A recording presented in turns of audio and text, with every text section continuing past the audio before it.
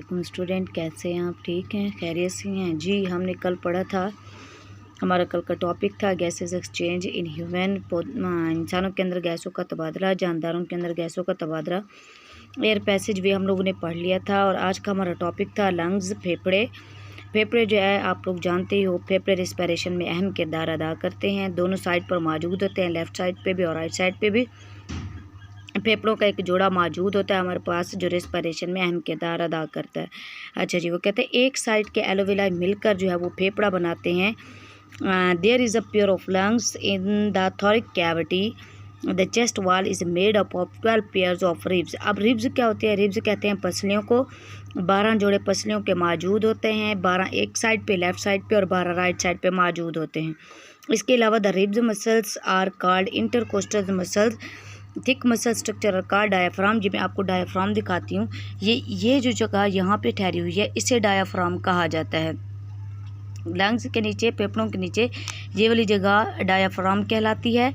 Diaphragm यानी कि जब हम सांस लेते हैं तो सांस लेने के दौरान ये अहम किरदार अदा करती है।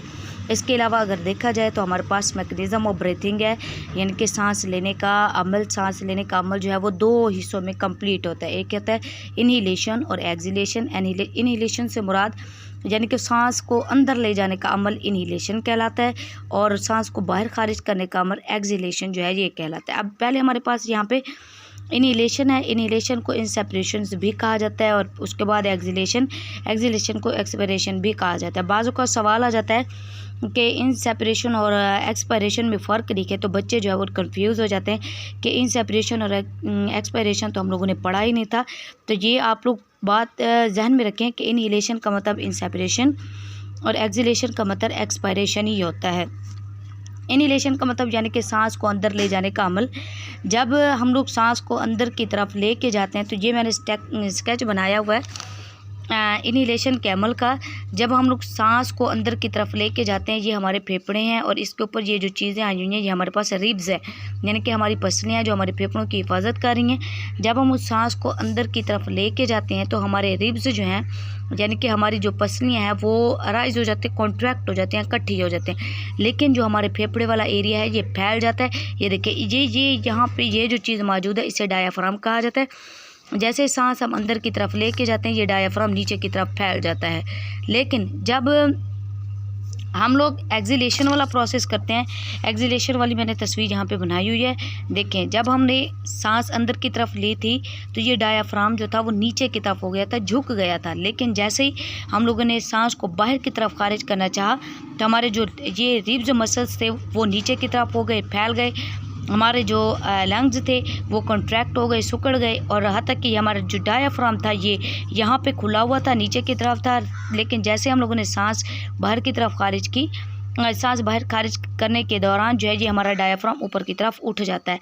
बाज़ औक़ात ऐसे होता है कि हम लोग आम बंदे का जो ये नहीं देख सकते, लेकिन जो बच्चा कमज़ोर होता है, जो छोटा होता है, अगर वो सांस ले तो सांस लेने के दौरान हम लोग इस चीज़ को बाकायदगी से देख सकते हैं, इस चीज़ को नोट कर सकते हैं कि ये चीज़ जो है ना वो बच्चे की बाहर की तरफ वाज़ेह हुई ठहरी होती है। ये डायाफ्राम होता है, सांस लेने के दौरान ये ऊपर की तरफ उठ जाता है, और ये सांस लेने के दौरान नीचे की तरफ हो जाता है। यानी कि दो स्टेप में, दो अमल में ब्रीथिंग का अमल जो है वो कंप्लीट होता है। इसके अलावा हमारे पास वो कहते हैं ह्यूमन्स ब्रीथ 16 टाइम्स पर minutes in the normal cases. हम जो कहते हैं ह्यूमन ब्रीथिंग के इंसान सांस लेता है 16 से 20 टाइम पर मिनट्स के अंदर। एट रेस्ट, जब वो रेस्ट की हालत में होता है, जब वो आराम कर होता है, the rate of breathing is control by the respiratory centre in the brain. कहते हैं जब एक इंसान आराम कर रहा है तो आराम करने के दौरान ब्रीथिंग सिस्टम को जो है वो कंट्रोल करते हैं रेस्पिरेटरी सेंटर, यानी कि हमारा दिमाग कंट्रोल करता है। उसी दौरान कार्बन डाइऑक्साइड जिस्म से बाहर रिमूव होती रहती है और ऑक्सीजन जो है वो जिस्म के अंदर आती रहती है। ये इस प्रोसेस की मदद से, इन दो अमल की मदद से, यानी कि इन सेपरेशन और एक्सहिलेशन की मदद से जो है ये प्रोसेस कंप्लीट होता है। ये हमारा आज का टॉपिक था, द मैकेनिज़्म ऑफ ब्रीथिंग, कि किस तरह जो है वो सांस लेने का अमल जो है वो कंप्लीट होता है। इसके अलावा हमारे पास जो है अगला नेक्स्ट चैप्टर है डिसऑर्डर ऑफ नर्वस सिस्टम, यानी कि नर्वस सिस्टम के से होने वाली बीमारियां। ये जो हम लोग पढ़ेंगे इंशाल्लाह नेक्स्ट टॉपिक में। ये हमारा आज का टॉपिक था। अगर आपको अच्छा लगा हो तो आप सब्सक्राइब करें मेरे चैनल को, बेल आइकन करें और शेयर करें और लाइक भी करें और साथ में कमेंट्स भी करें ताकि मुझे पता लगे कि आप लोगों को इस चीज़ की समझ आ रही है या नहीं। शुक्रिया। अल्लाह हाफिज़।